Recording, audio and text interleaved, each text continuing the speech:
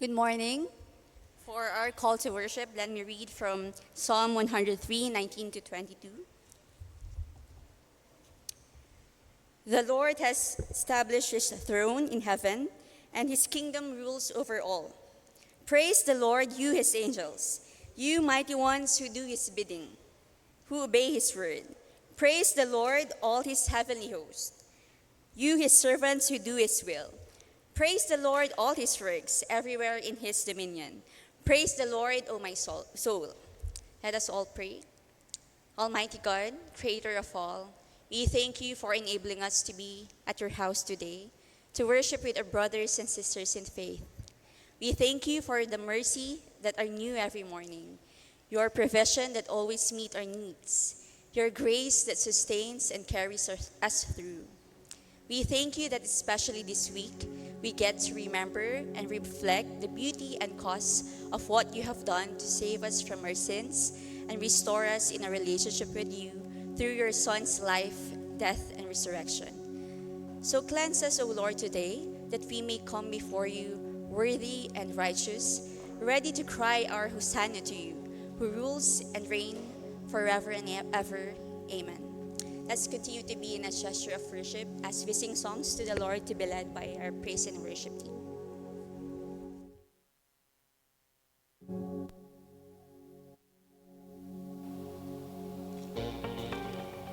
Good morning, church. A blessed Sunday to everyone. In Romans 5:8 tells us that God demonstrates his own love for us in this. While we were still sinners, Christ died for us. And as we prepare our hearts to sing, let's take a moment to reflect on what it means.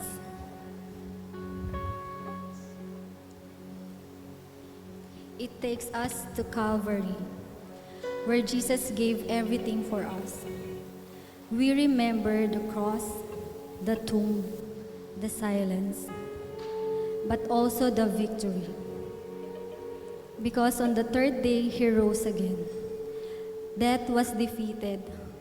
Hope came alive. And this is not just history. It's our history, our reason to worship, our reason to sing. So let's lift our voices together and praise the name of the Lord our God. May I invite everyone to stand up.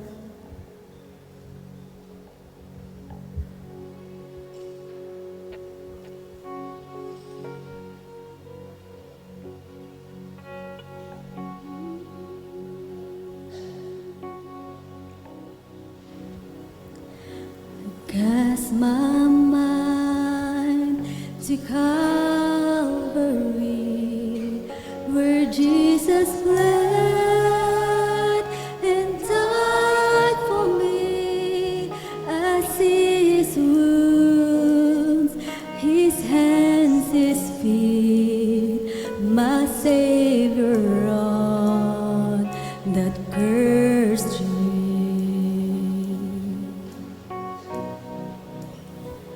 His body bound and drenched in tears, they laid him down in Joseph's tomb, the entrance sealed by heavy stone. Messiah still and all alone. Oh,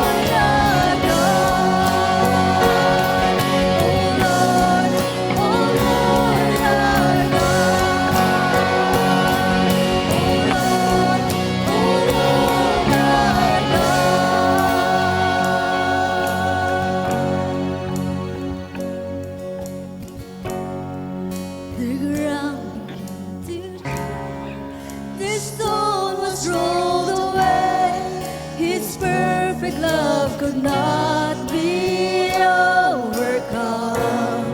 Now that where is your sting, our resurrected King has rendered you defeated.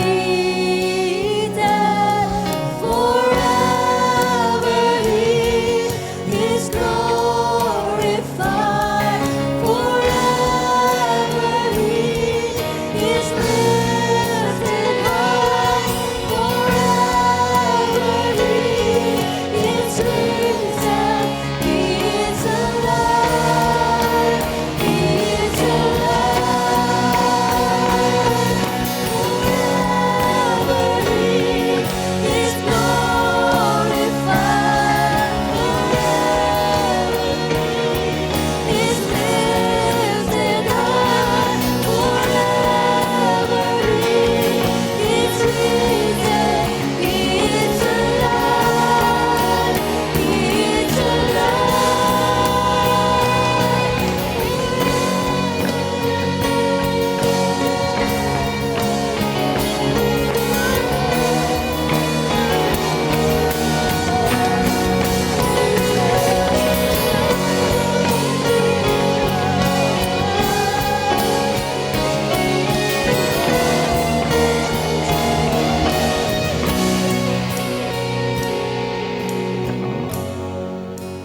We sing hallelujah, we sing hallelujah, we sing hallelujah. The Lamb is overcome. We sing hallelujah. Come on, let's sing hallelujah to our God. Let's sing hallelujah. The Lamb is overcome. We sing hallelujah. We sing hallelujah. We sing hallelujah. The Lamb is overcome. We sing hallelujah. We sing hallelujah. We sing hallelujah. Forever He is glorified. Forever He is lifted high. Forever He is risen. He is alive. He is alive. Forever He is glorified. Forever He is lifted high. Forever He is risen. He is alive. He is alive. Forever He is glorified. Forever He is lifted high. Forever He is risen. He is alive. He is alive. Forever He is glorified. Forever He is lifted high. Forever He is risen. He is alive. He is alive. He is alive.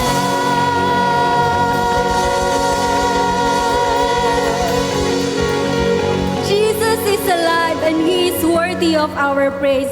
Let's carry the truth with us, not just in this moment, but through every moment. O Lord our God. And as we continue to praise and worship today, let's remember the victory Christ has won for us. And let our hearts overflow with gratitude for the glorious day He called our name. Amen. Come on, clap with me.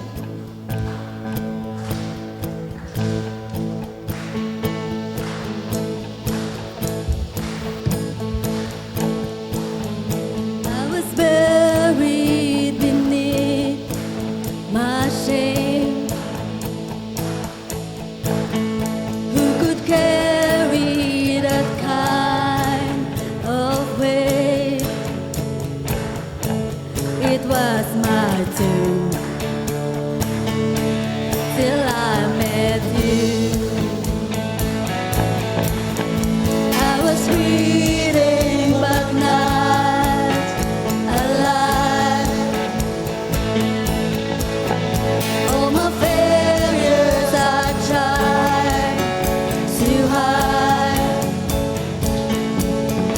was my doom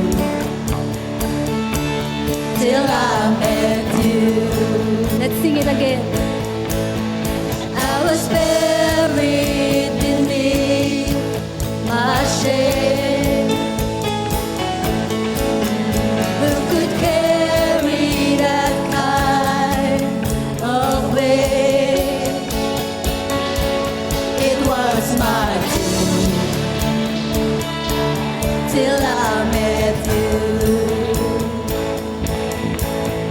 I was breathing but not alive.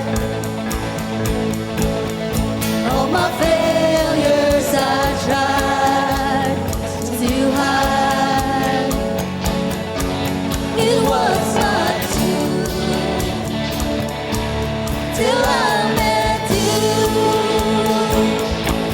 You called my name, and I ran out of the grave, out of the darkness, into your glorious day. You called my name, and I ran out of the grave,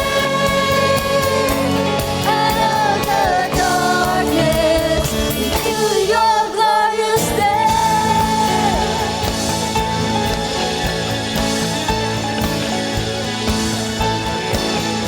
Now your mercy has saved my soul. Now your freedom is all that I know. Thank you, Jesus. We all made you, Jesus, when I met you. You called my name, and I ran out of the grave, out of the darkness, into your glorious day. You called my name, and I ran out of the grave, out of the darkness, into your glorious day.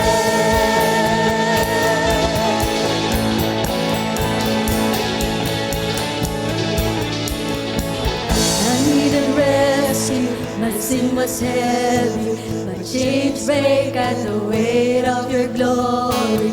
I needed shelter, I was an orphan, now you call me a citizen of heaven. When I was broken, you were my healing, now your love is the air that I'm breathing.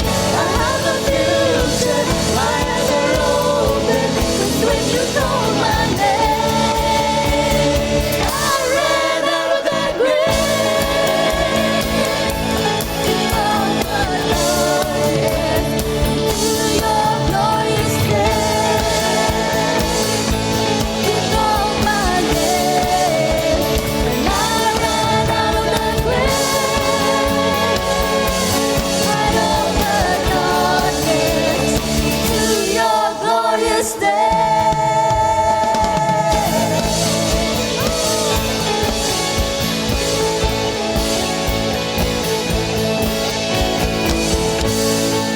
Thank you, Jesus, for the glorious day and the victory that we have in us. In Jesus' name, amen. You may be all seated.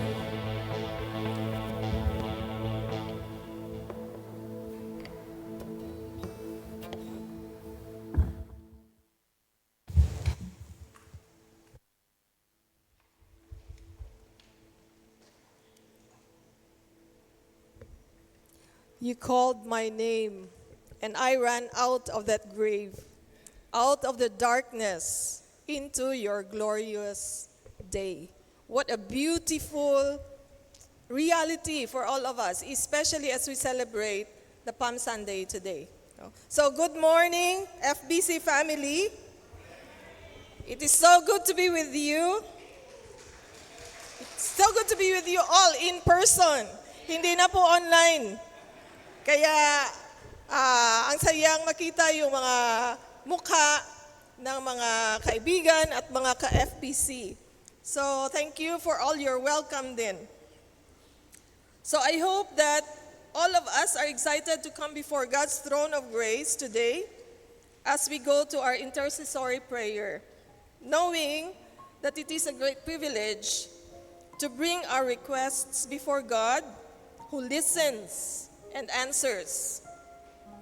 Our prayer focus for this morning is one of our mission organization partners, yung Translators of the Philippines, Translators Association of the Philippines, or shortened natin ito sa TAP or TAP. Before we pray for them, let us get to know their ministry by watching this introductory video.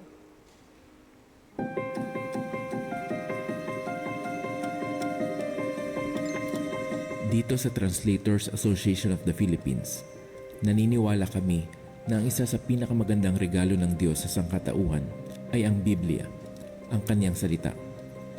At ang bawat isa sa atin ay dapat magkaroon ng pagkakataong makarinig o makabasa ng salita ng Diyos sa wikang kanyang nauunawaan.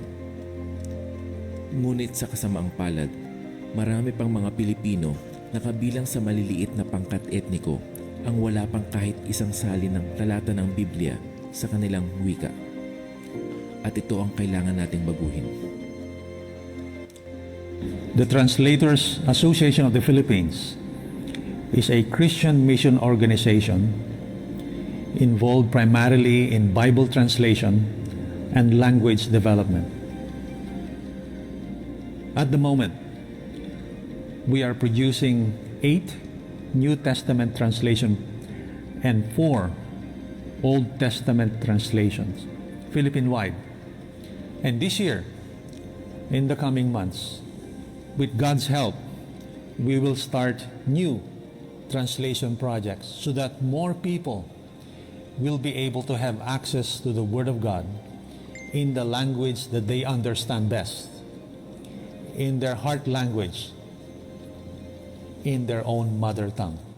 Nakita namin na kapag nasimulan ng isalin ang kahit bahagi pa lang ng bagong tipan at ginamit na ito ng mga mananampalataya sa kanilang panambahan at pag-aaral ng Biblia, ang kapangyarihan ng Diyos na bumago ng buhay ay nararanasan ng mga tao, lalo na ng mga nakakaunawa sa kahulugan ng kanilang binabasa.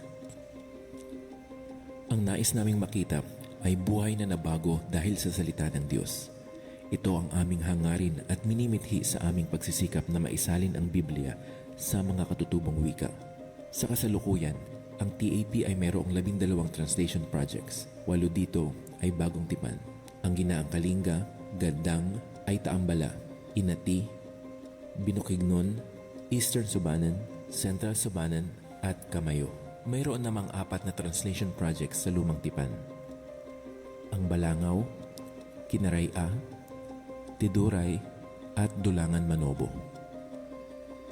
Mula nang maitatag ang TAP noong 1983, marami ng New Testament translation projects ang natapos kung saan may malaki itong gampanin o sa pakikipag-partner sa ibang organisasyong may kaparehong layunin. Natapos ang Tinasambal New Testament noong 1999, ang Kinaray-a noong 2009, ang Bulinaw at Northern Subanan noong 2012, ang Eastern Calagan New Testament noong 2013, at ang Lubuagan Kalinga at Western Calagan noong 2014. Noong 2015 natapos ang Majokayong at Binukid New Testament Revision, ang Butbut Kalinga at Rinconada Bicol noong 2016, at ang Boynian Bicol New Testament noong 2018. Ang mga katutubong wika ay hindi lang ginagamit sa pang-araw-araw na komunikasyon, kundi ito rin ay pinagmumulan ng identidad ng mga tao. Ngunit kalimitan, hindi ito nakasulat at wala pang sistema ng pagbabaybay. Naglilingkod rin ang TAP sa mga katutubong Pilipino sa pamamagitan ng linguistic research at pagtulong sa pagbuo ng alpabetong magagamit nila sa pagsulat at pagtuturo ng kanilang wika. Language is an integral part of people's identity. By teaching in the language or teaching the language itself, one acknowledges and affirms that identity. This is important in TAP because we minister to communities with languages of minority status. Speakers of these languages have felt marginalized or experienced discrimination for years that some have decided to hide their identity by refraining from speaking their language. Ang pagsasali ng Biblia ay pagtupad sa misyong iniatang sa atin ng Panginoong Hesus na abutin ang lahat ng tao sa bawat lipi at sa bawat wika. Ang Bibliang naisalin ay ang pinakamabisang instrumento ng pagbabago at paglagong espiritual. Sa bahban ng Biblia, man-translate, manuwan idam dao munur dapkagay egonon. Atin manuwan sa idam dao da simbaan, manggagumah dab sigyaw-gyaw ingat didat tiduray. So ba ni gai, wan ni marato brafot polo brafot gasimbaan min gatindag. Atin taos na idet taw mugurat baka kabarahit tulos inom lawan ka wanam gatindag daon afo simbaan.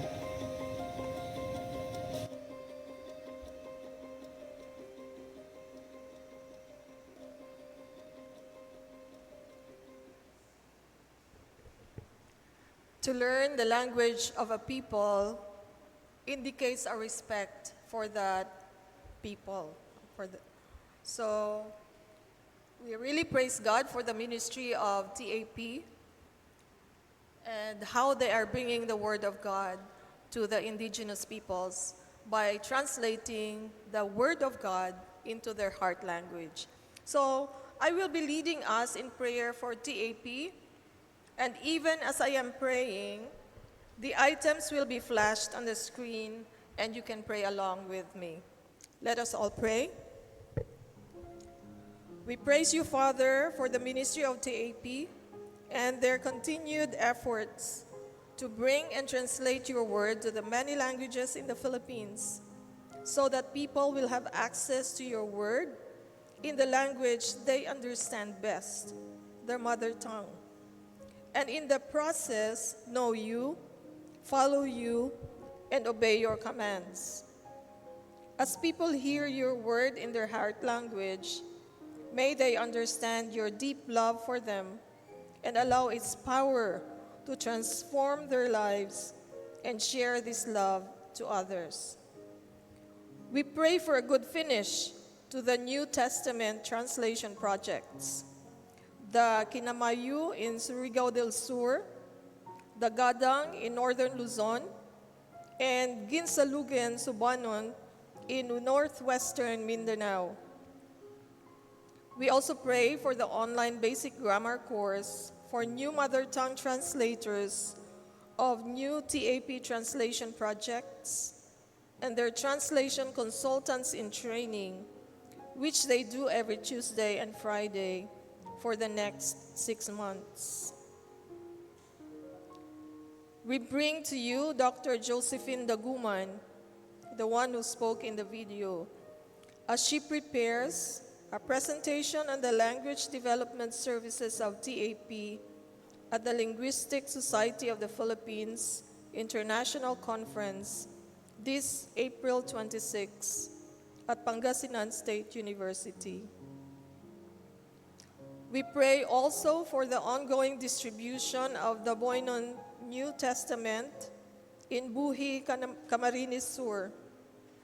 May many citizens receive a copy of God's Word in their mother tongue this Holy Week, read it, and be blessed and transformed.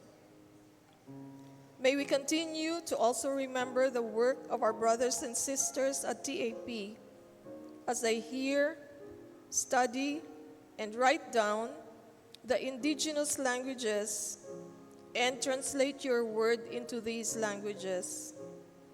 Because we pray all these things in behalf of our partner, Translators Association of the Philippines.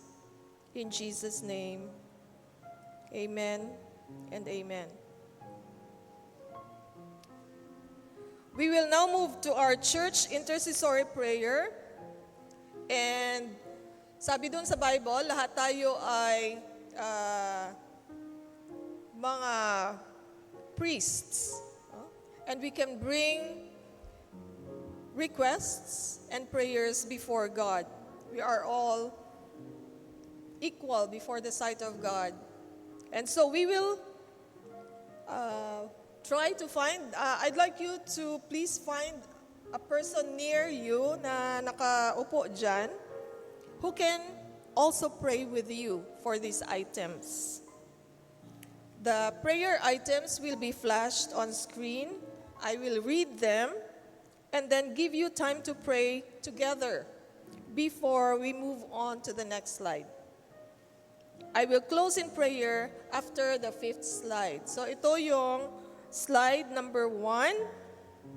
We praise God that Daisy Cardinal, taga LA, taga Libertad Antique, she is now in Thailand and she was granted another 3-month visa extension. She is living in Chiang Mai, Thailand, and she is ministering to Chinese there in Thailand. We also thank God that Ted Yabot passed the interview for his spousal visa application. Please pray that he can complete the other requirements. Meron siyang repeat medical exams and kailangan niya ng clear na NBI clearance so that he can be able to join Nancy in the coming months. So I will give you some time to praise God and to pray for these items. 1 minute. Manalangin po tayo kasama ang ating mga partners.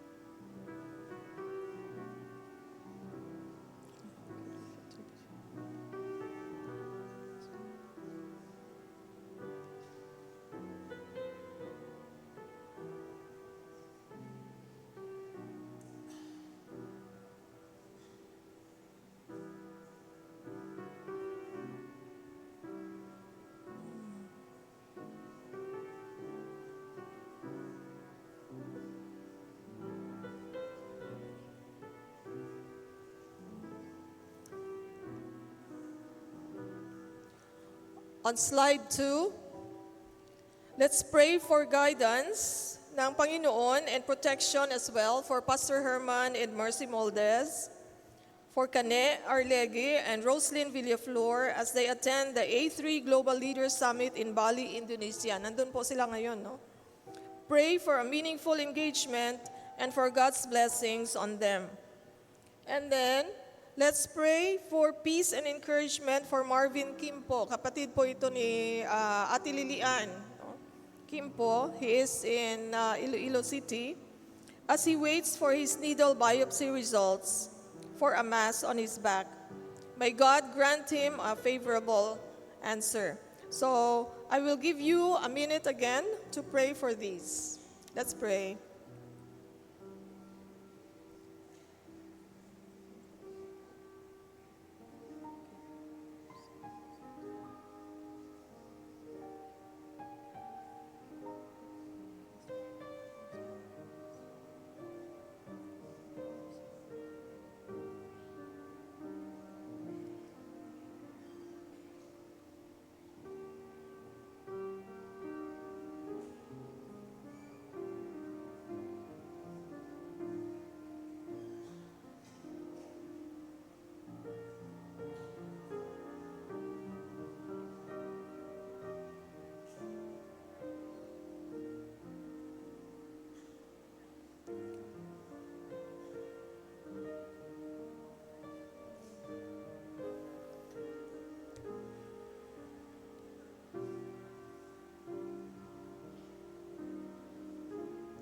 Amen.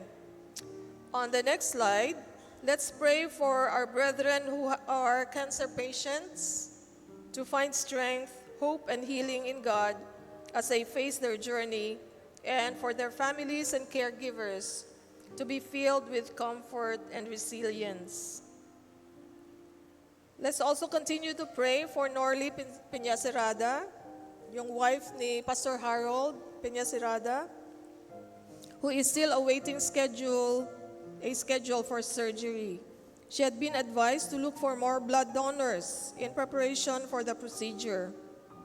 So, kung you or anyone you know can be a potential donor or blood donor, please get in touch with Pastor Harold. He is also part of our general chat, no, sa FBC, Quezon City. They need A+ na blood. So please pray for these items. And again, I'll give you a minute to do that.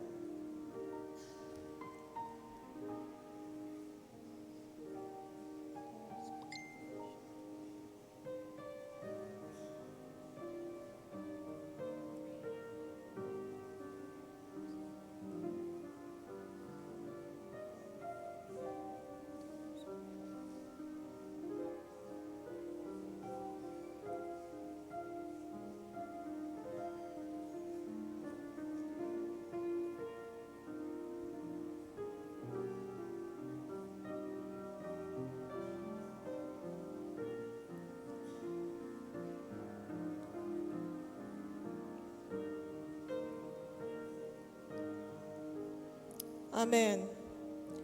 Let's also pray for persons and families whom you know who are sick or going through challenging times. Or maybe they might be grieving.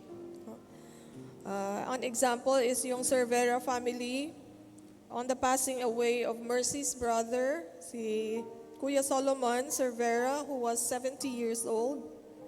And may God's comfort and peace embrace them in this time of grief and difficulty. Another prayer request is for us to pray for the realization of the FBC Development Center. Thank God, the committee and council have already approved the proposal and have chosen a contractor. So hopefully, mabilis na yung progress, no? May the Lord abundantly supply the needs for our church projects, including the monthly van amortization. So, as before, I will give you a minute to pray for this. Let's pray.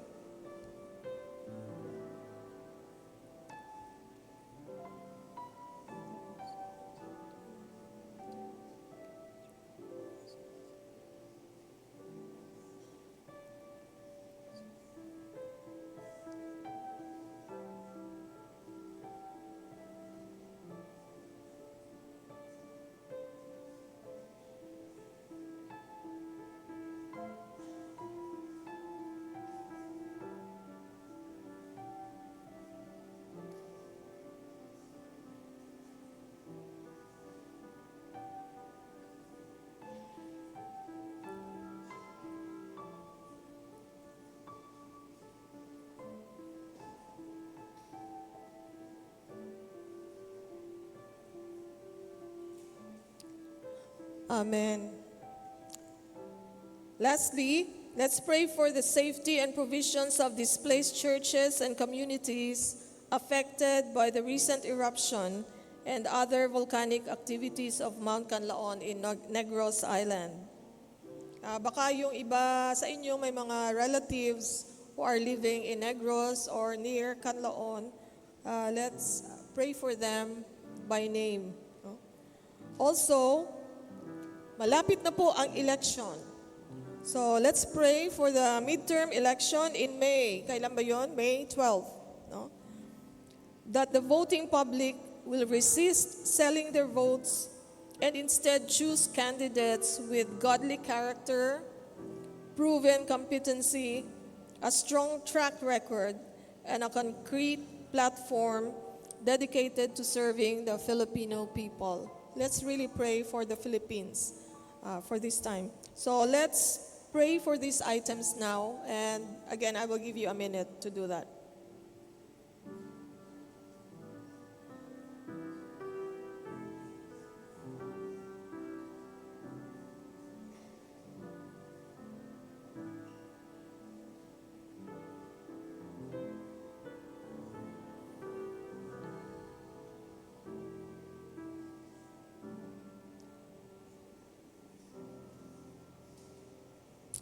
Amen. Let us all close in prayer.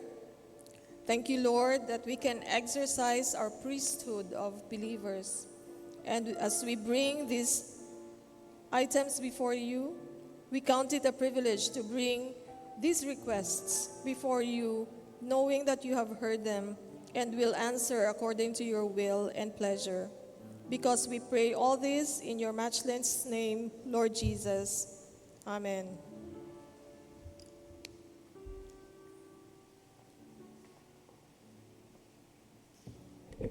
Thank you for leading the prayer time, Ate Christy. For those who don't know Ate Christy yet, Ate Christy is the former National Director of IBCF, and she is currently based in Iloilo as the Graduates Ministry Coordinator.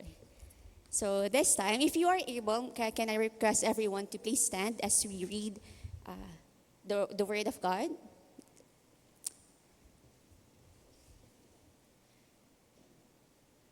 Luke 9:23 to 24, all together. Then he said to them all, "Whoever wants to be my disciple must deny themselves and take up their cross daily and follow me. For whoever wants to save their life will lose it, but whoever loses their life for me will save it." Bless the reading of God's word. Okay. Before we listen to the word of God through Pastor Rain, let's hear from the message of the song by the choir.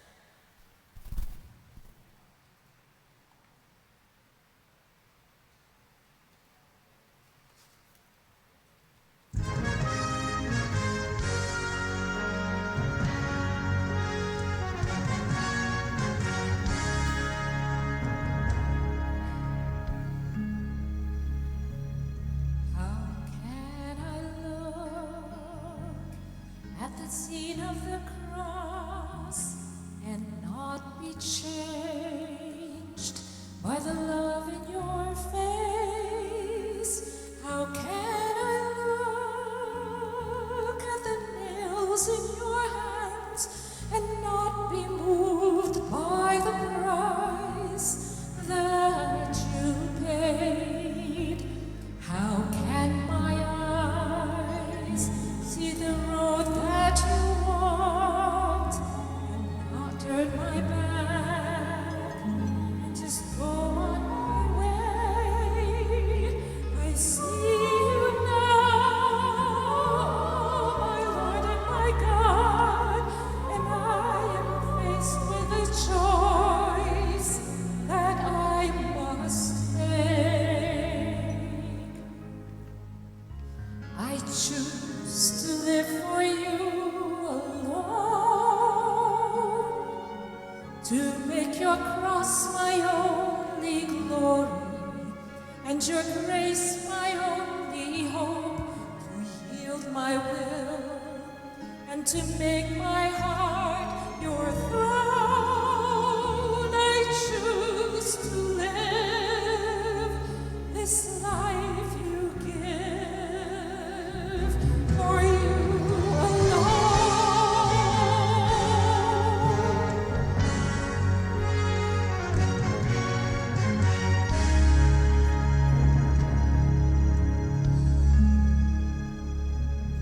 How can I look at the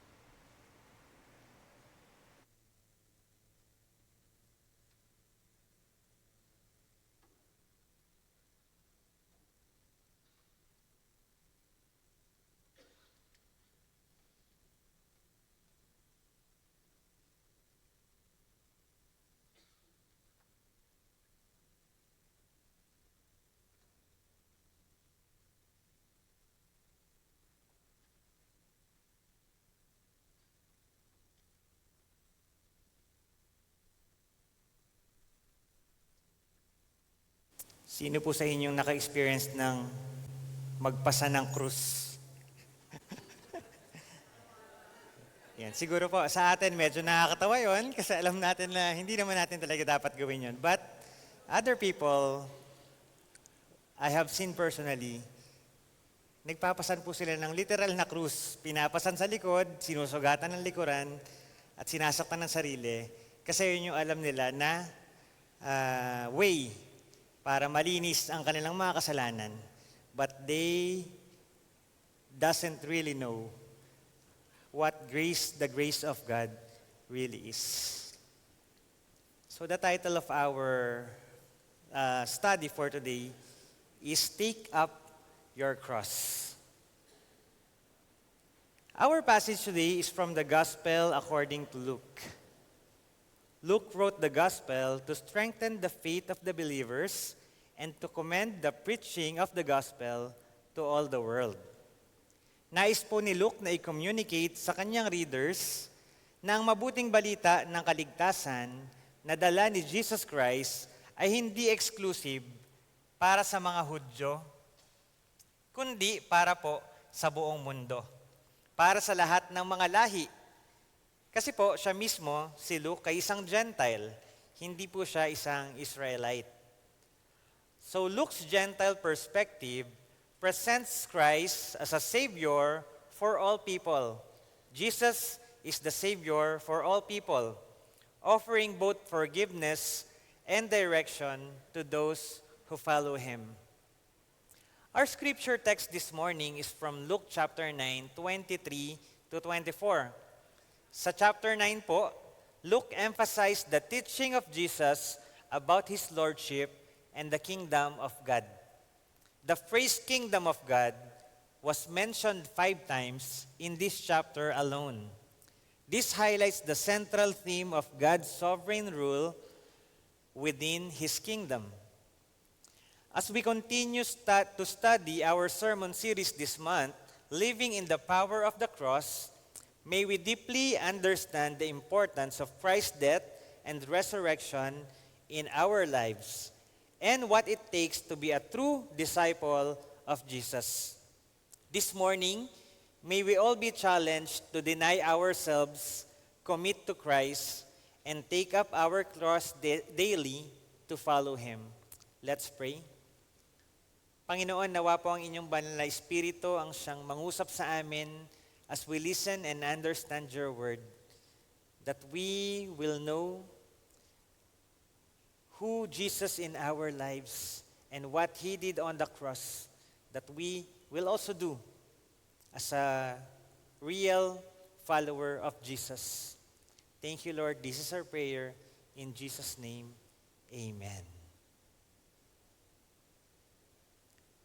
A call to denial. Then Jesus said to them, "Whoever wants to be my disciple must deny themselves." Sa passage po na ito, sinasabi ni Jesus kung ano ang kahantungan niya sa kamay ng mga elders, chief priests, at teachers of the law, that He will suffer and be rejected and will be killed. So after po ng mga ministries ni Jesus sa Luke, mababasa po natin from chapter 5, yung Sermon on the Mount, mga miracles and teachings. Here, sa chapter 9, kinukwento ni Jesus kung paano po siya aalis or mawawala o mamamatay sa kamay ng mga leaders ng Jewish community. Luke chapter 9, 21 to 22, sabi po, Jesus strictly warned them not to tell this to anyone. And He said, "The Son of Man must suffer many things and be rejected by the elders, the chief priests, and the teachers of the law. And He must be killed on the third day. And He must be killed, and on the third day be raised to life." It was bad enough for the disciples to hear that Jesus would suffer, be rejected, and die on the cross. Siyempre, bilang isang follower ng isang tao na sikat, ayaw mo na mamamatay yung iyong leader. Di ba po? Ayaw mo na ang leader mo ay mawawala, kukunin ng kung sino man at hindi mo na makikita. Now, yung sinasabi ni Jesus na siya ipapatayin, it will also happen to the disciples.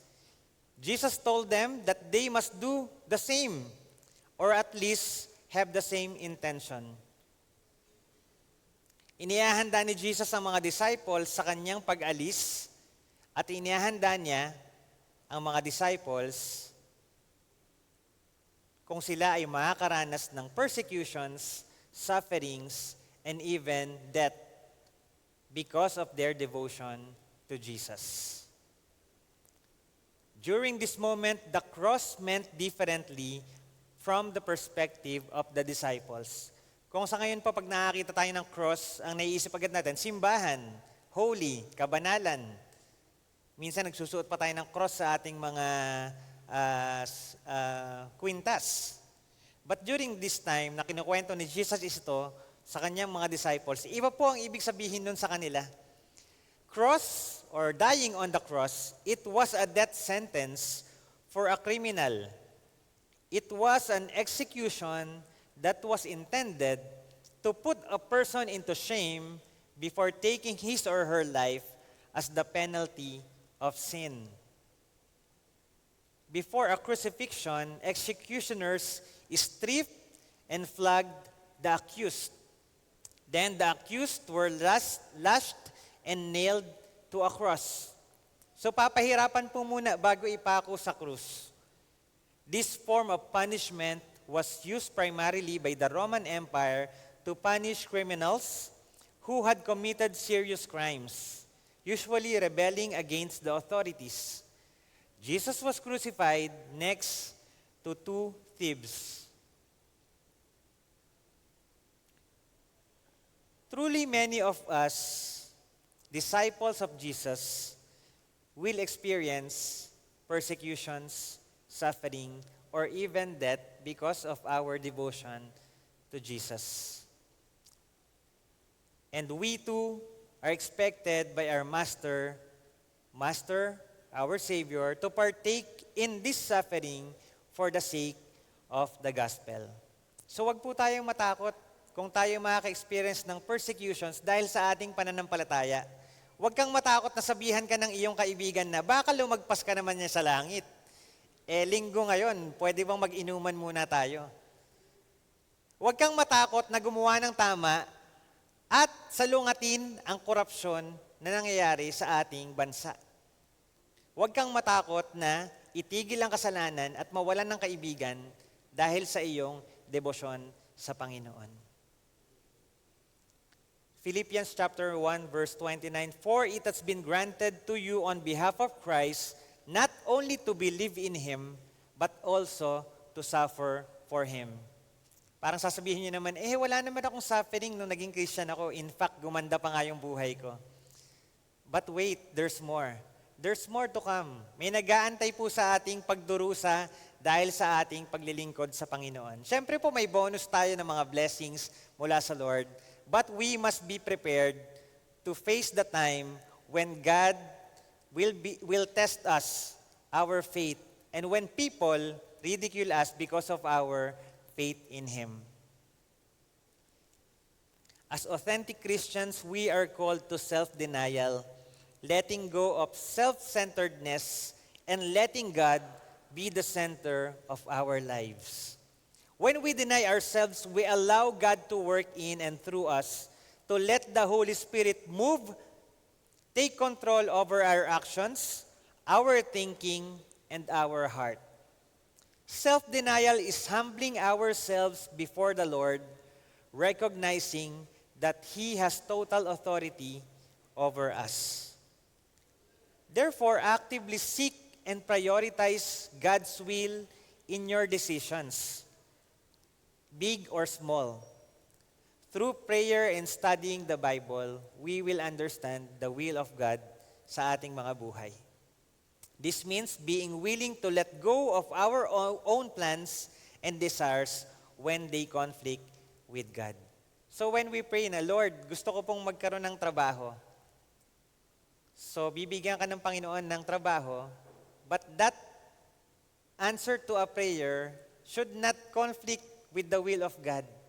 So hindi ka bibigyan ng Panginoon ng trabaho na magiging corrupt ka o ng trabaho na magpapalayo sa iyo sa Panginoon. But sometimes we experience that nahahati yung ating sarili.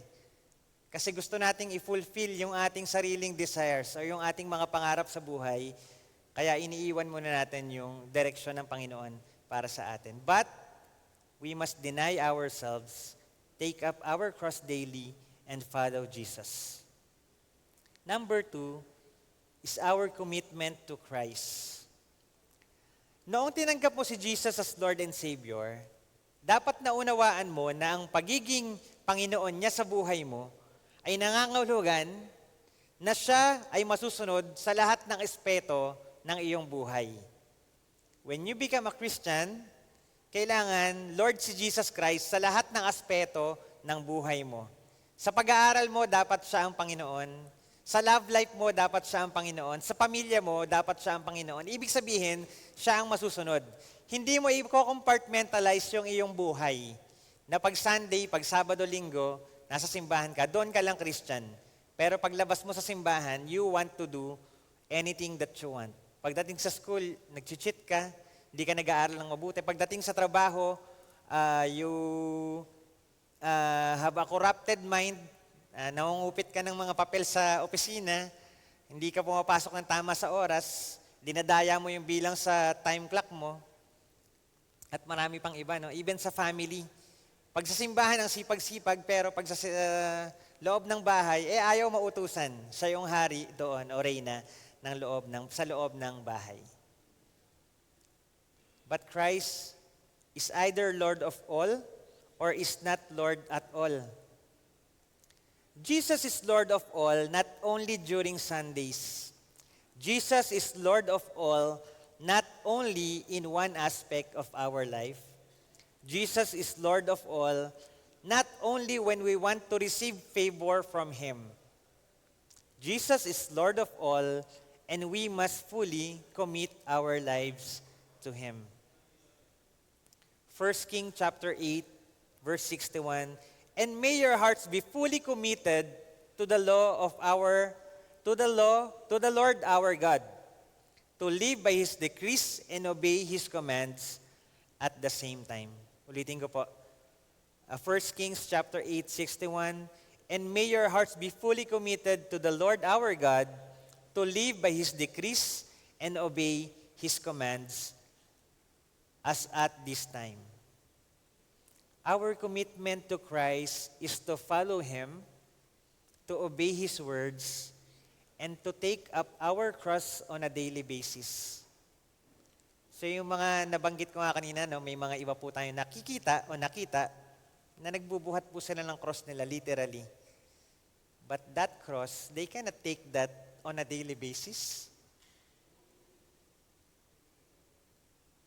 So ako po, naging part ako ng beach mission sa IBCF nung bago akong staff worker. Nakakasama ko. Tuwing Holy Week, nagpupunta kami sa tabing dagat, sa Zambales yun, napuntahan namin. Tapos mag-share po kami ng gospel. Kasi marami nagbabakasyon pag Holy Week, di ba? So sa tabing dagat kami titira, tapos everyday may programa kami rin to share the gospel. So doon ako first time nakita nung sobrat sa penitensya. Kasi taga-Antipolo ko dati, hindi naman ganun grabe yung mga penitensya. Nakita ko talaga, dumudugo talaga yung likod kasi inaahit ng blade yung balat. Pinapalo sila, nagkakarga ng mga yung L300 ng IBCF, pagdating namin sa venue, puro dugo. Kasi puti po yun eh. So yung mga naglalakad na nagpipinitensya, tumatalsik po talaga yung dugo nila. So may mga dugo-dugo dun sa kulay puting van ng IBCF. So first time ko, medyo na-shock ako. Ganun pala ang debosyon ng mga kababayan natin who have a different idea who is Jesus, who is God in their lives. So one time, nag-share po kami ng gospel doon sa dagat. Nakasumpong kami sa isang grupo na alam namin sila nagpipinitensya. Kasi matatapos po yata yung penitensya nila Sabado or something, may mga ganun, no? So siguro Sabado yon, nagiinuman na sila. Pero kita mo po, ang dami pong latay sa likod eh. Mga blade, ganun. So sabi ko, so they did not take up their cross daily. Tinake lang nila nung week lang na sila ay nagpinitensya. Then after nun, panibagong taon na naman, next year na naman sila magpipinitensya. Pero ang magandang bagay po ron, one of them really understood the gospel. Hindi siya hindi siya mapakali. sabi niya, puntahan daw namin yung iba niyang mga kasama nandun sa kabilang cottage. Kasi dapat daw masharean din sila ng gospel. Ganun po siya ka-excited. So, syempre kami, sabi ko, lasing tong mga to, baka kung ano-anong sabihin yan. So, pero yun nga, mapilit siya. Pumunta kami sa kabilang grupo. Then we shared the gospel. May isa ron sa kanila, hindi niya kayang tanggapin na gano'n ang gospel ng Panginoon. That you don't need to do anything to be saved. Kasi sayang daw yung mga pinagagagawa niya. Sayang yung pagsusugat niya sa katawan, nagbuhat siya ng krus niya, at yung mga bagay na pagpapahirap sa sarili niya, hindi na pala kailangan yon. Si Jesus lang ang tanging daan. Tanging katotohanan, at siya ang buhay. So mahabang kwentuhan po yun kasi lasing po yung kausap namin. Pero mababait kasi bagong penitensya. Pero yun po ang ending nun, hindi niya matanggap na gano'n ang gospel. Ang bilis daw maging Christian. Ang bilis lang, wala kang hirap na gagawin. But in reality, mahirap pong maging Kristiyano at mahirap panindigan yung ating pananampalataya.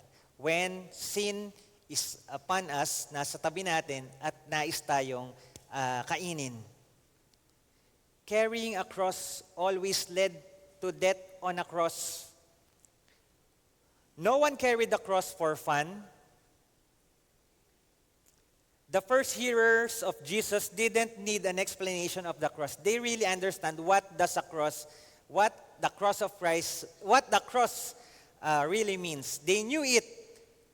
It was an unrelenting instrument of torture, death, and humiliation. Hindi po binubuhat ang cross para gawing tanyag ang sarili mo or gawing famous ang sarili mo. Hindi mo yun gagawin para sabihin ng mga tao, ay, ang galing naman niya. Nagpapapako siya sa krus. If someone took up his cross, he never came back. It was a one-way journey. So you take up your cross, never come back to your sinful life again. It's a one-way journey towards the glory of the Almighty. Pero sa panahon po ngayon, yun nga, during Holy Week, we see people mocking Christ and literally taking up a cross and even nailing themselves on a cross. But that's not what Jesus meant by that. Instead, it signifies a daily commitment to a particular way of life. Taking up your cross symbolizes a daily willingness to endure hardship, discomfort, and even suffering for the sake of following Jesus and living according to His teachings. Every day, we must live according to the Word of God. The word daily is crucial. Kasi hindi naman sinabi rin sa passage niya, you take up your cross once and follow Jesus. But you take the cross daily. It emphasizes that following Jesus is not a one-time decision, but a continuous day-by-day commitment. Hindi pag sinabi mo, sige, tatanggapin ko si Jesus bilang aking Lord and Savior, then it's done. Hindi po ganun yun. It's a daily commitment to follow Jesus, to be obedient to the will of God in your life. Starting point pa lang po yun. When we opened our spiritual eyes to see the reality of the grace of God. Each day we are called to make the conscious choice to prioritize Christ, even when it's difficult or inconvenient. We need to prioritize our commitment to Christ. What are your priorities in life? So siguro nung January, nagsulat kayo ng mga list ninyo ng priority. Ilang buwan na mula January, nabalikan nyo ba yon? What are your commitments? Where is Jesus on that list?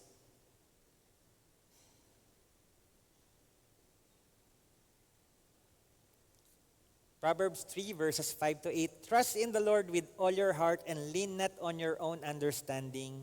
In all your ways submit to Him, and He will make your paths straight. Do not be wise in your own eyes. Fear the Lord and shun evil. This will bring health to your body and nourishment to your bones. Therefore, a healthy Christian is one who trusts in the Lord fully, who submits to his sovereign authority, and one whose wisdom and righteousness is from the Lord.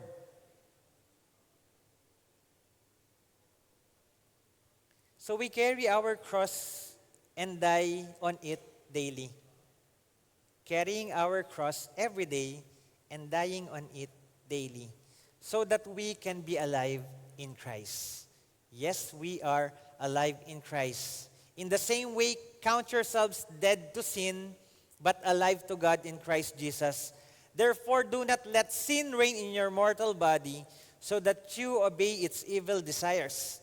Do not offer any part of yourself to sin as an instrument of wickedness, but rather offer yourselves to God as those who have been brought from death to life, and offer every part of yourself to Him as an instrument of righteousness. For sin shall no longer be your master, because you are not under the law, but under grace. Romans 6:11-14.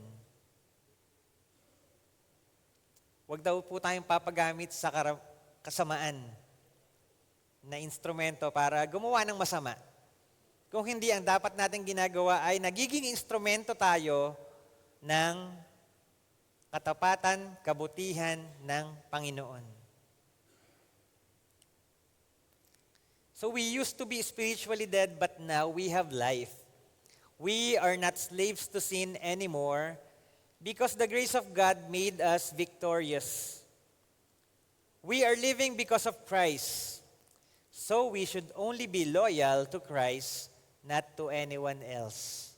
Our loyalty is in Christ, not to anyone else. Because Christ has given us this new life, we need to be loyal to Him above everything. He's the one who saved us from death and sin. Nothing else should come before our promise to follow Him. Our lives are now connected to Jesus, and we should live to please Him and be part of His redemptive work. So part po ng ating pagiging loyal sa Panginoong Hesukristo, isasantabi po natin yung other loyalties na meron tayo. Loyalty sa institutions, loyalty sa tao, because people fail sometimes. And our loyalty should be only to Jesus. We depend on the Word of God, and we depend on His will in our lives. And finally, taking up our cross, there is a cost for the cross. Verse 24, for whoever wants to save their life will lose it, but whoever loses their life for me will save it. We must follow Jesus this way because it is the only way that we will ever find life. It sounds strange to say you will never live until you walk to your death with Jesus. But that is the idea. You can't gain resurrection without dying first. You cannot live in Christ unless you die first of your sins. The cost of the cross is life. The life that was given to us by God when we were born, it's just temporary life. Nung pinanganak po tayo, temporal lang yon.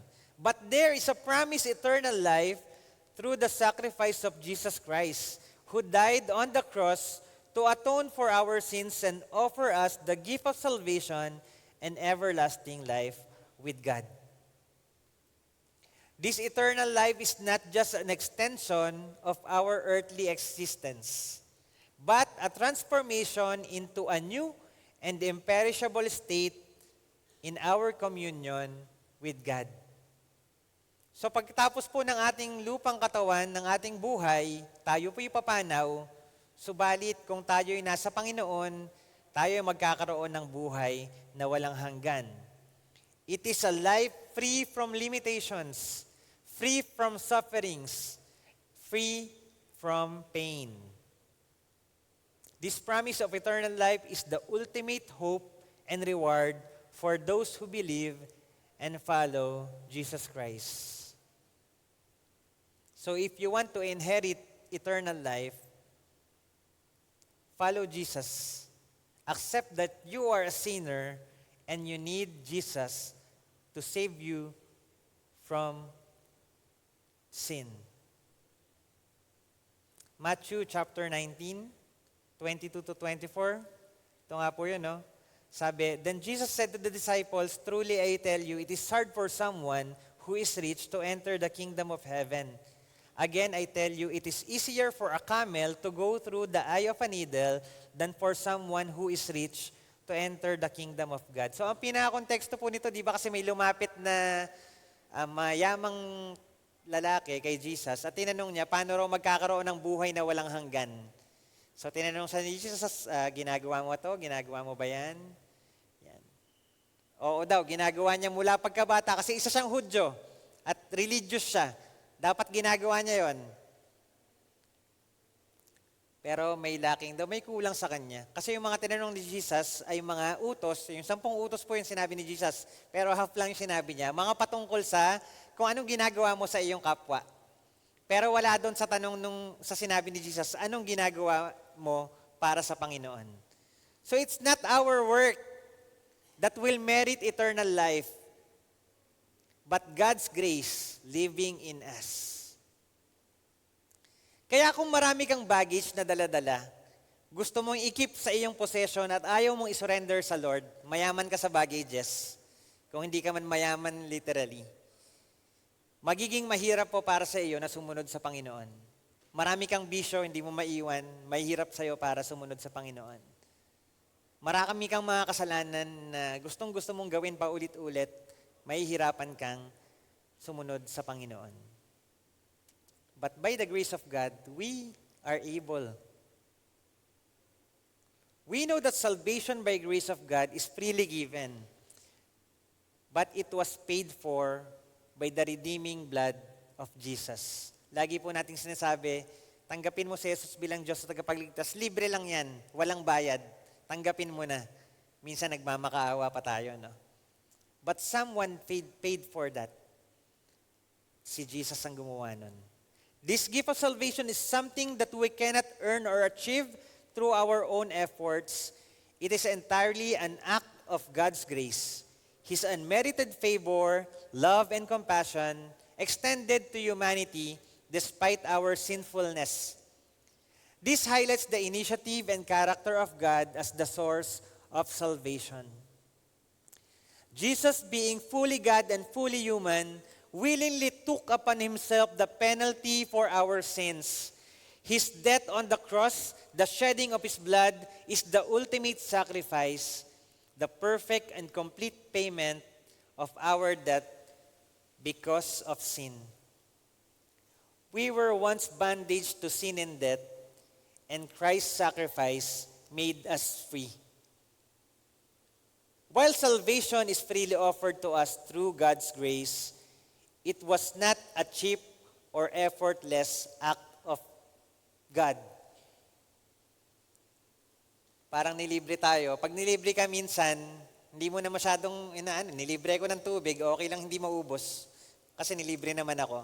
Nilibre ka ng kanin, unlimited, okay lang may matira. Kasi unlimited naman, nakain mo na yung gusto mo. But that is not how grace operates. It is not a cheap effort of God. Dapat tanggapin mo lahat at buong buo. Therefore, the path to true and lasting life isn't found in depending on our own desires and security, but in surrendering ourselves to Christ and His purpose. Even if it means letting go of our earthly ambitions, it is in this very act of selfless devotion that we discover the fullness of life He offers. May this Lenten season be a powerful time of renewed commitment to embrace your cross, to share in the victory of the resurrection. Through the strength found in the cross, may we experience transformation in our lives, freedom from hatred leading to healing, perseverance through suffering bringing growth in holiness and unwavering hope found in the Lamb who reigns.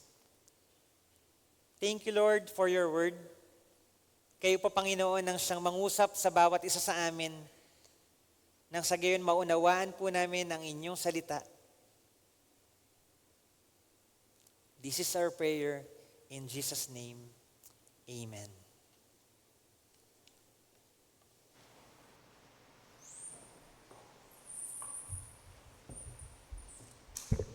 Thank you, Pastor Rain, for sharing the Word of God.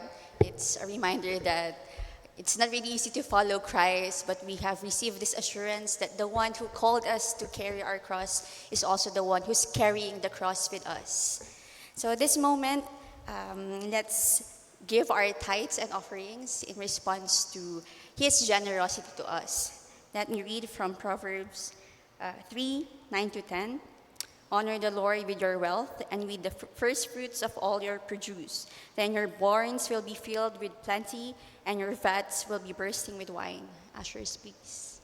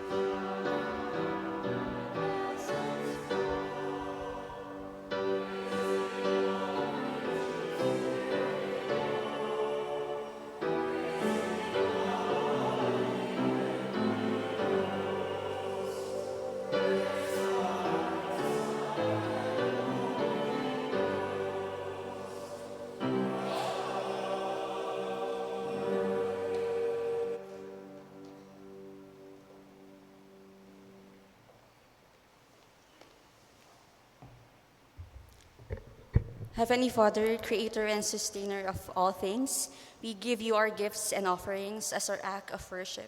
In response to your generosity to us, help us to grow in the capacity of giving, loving, and serving. May we always acknowledge that everything we have comes from you and that we are ever dependent to you. Amen.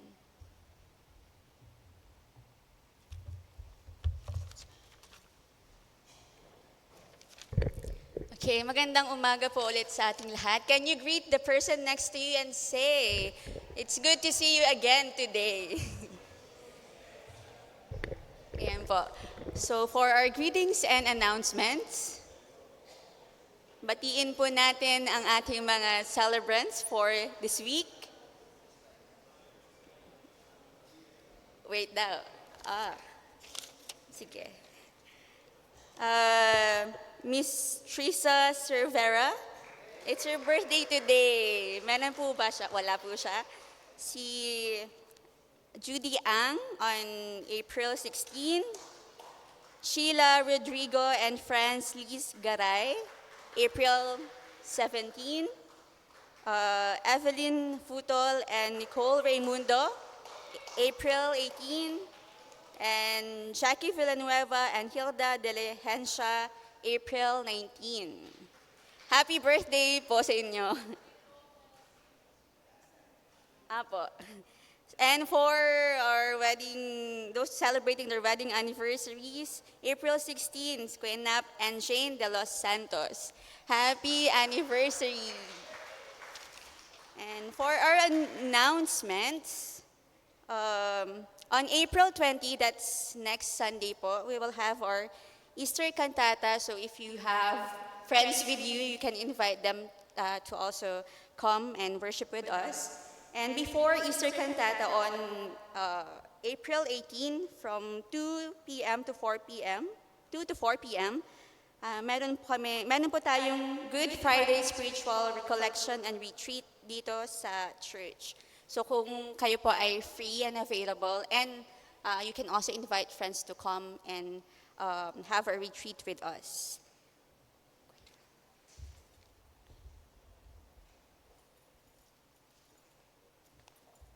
Thank you, Krisa. Let me just take this time very quickly to extend this special campaign, not for election, but on special invitation.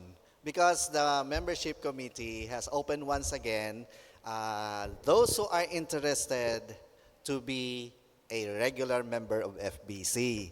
So as you have noticed, there are some of us here who is diligent and is regular in their attendance, and yet until now they still remain as not a formal member of FBC. So this is now your chance. The mechanics would be to get the form from Emily, and then may mga i-fill out kayo dyan, your story of course, and then ibabalik lang yan either sa akin or sa kay Emily. Okay? And also, I would like to extend the campaign to those who are considering to follow Jesus in the waters of baptism. Okay, it's been a while na nagkaroon tayo ng baptism dito sa harap. So once again, those who have decided, please signify your intent by once again approach Emily and ang head ng ating Seekers Ministry, si Anne Frances. So para makuha ang pangalan nyo, because you will undergo yet a baptismal class for this. Hindi siya automatic na pag nagsulat kayo, nandyan na kaagad. Meron kayong parang curriculum na i-complete before mabaptize kayo. Okay? So this is a chance to follow Christ and display our obedience sa Panginoon. Okay? And this Lent season I think is the best time to reflect on it, to follow Jesus, to be a regular member ng FBC, or gusto mo nang magpabaptize dito sa ating harapan. Thank you.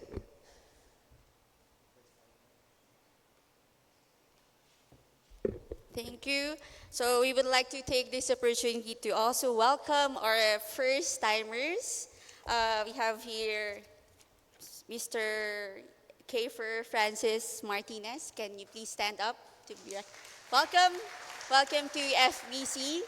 Anyone else po dito na side na hindi po namin, wala po. Dito po.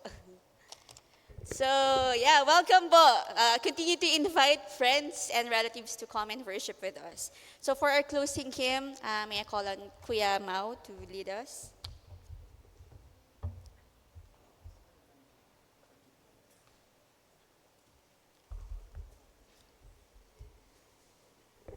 Our closing hymn is found in hymn number 533, Jesus Calls Us, or The Tumult. Please rise as we sing this closing hymn.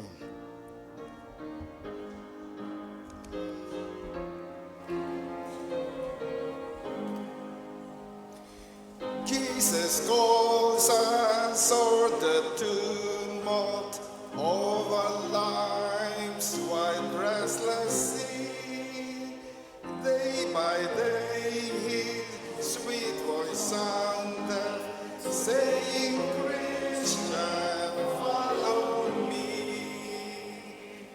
Jesus calls us from our worship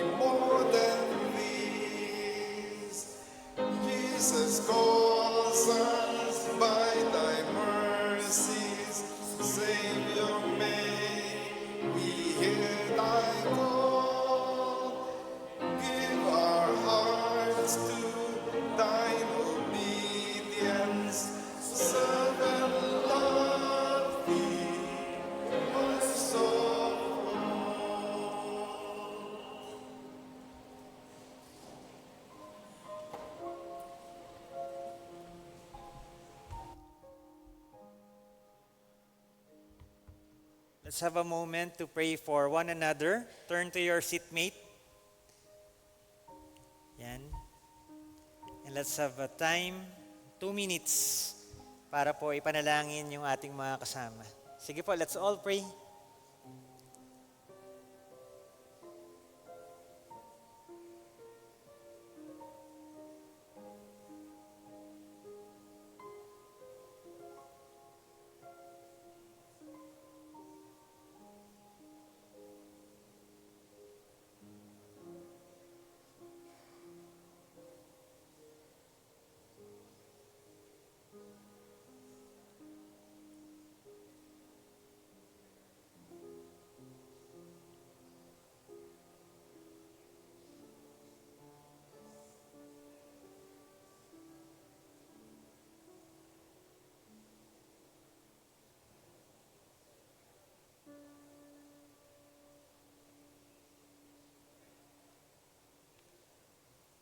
Let's pray.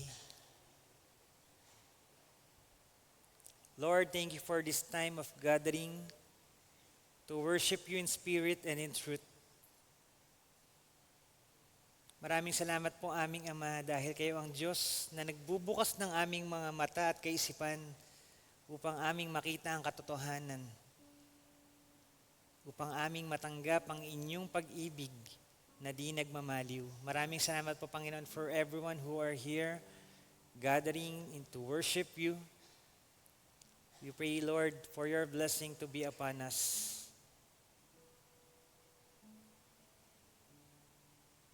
Lord, as the days go by, Panginoon, dalangin namin that our devotion in you, our act of taking up our cross daily and to follow you, ay gagabayan niyo po kami, Panginoon, so that we can fulfill our duties as Christians in this world. Lord, we lift our hearts in gratitude for your unfailing love and mercy. You have called us to walk in faith, to uphold truth, and to extend kindness to those in need. May your wisdom guide us, and may our lives be a reflection of your grace. Lord, we pray for every soul gathered here today. Bless each heart with peace, each mind with understanding, and each spirit with strength.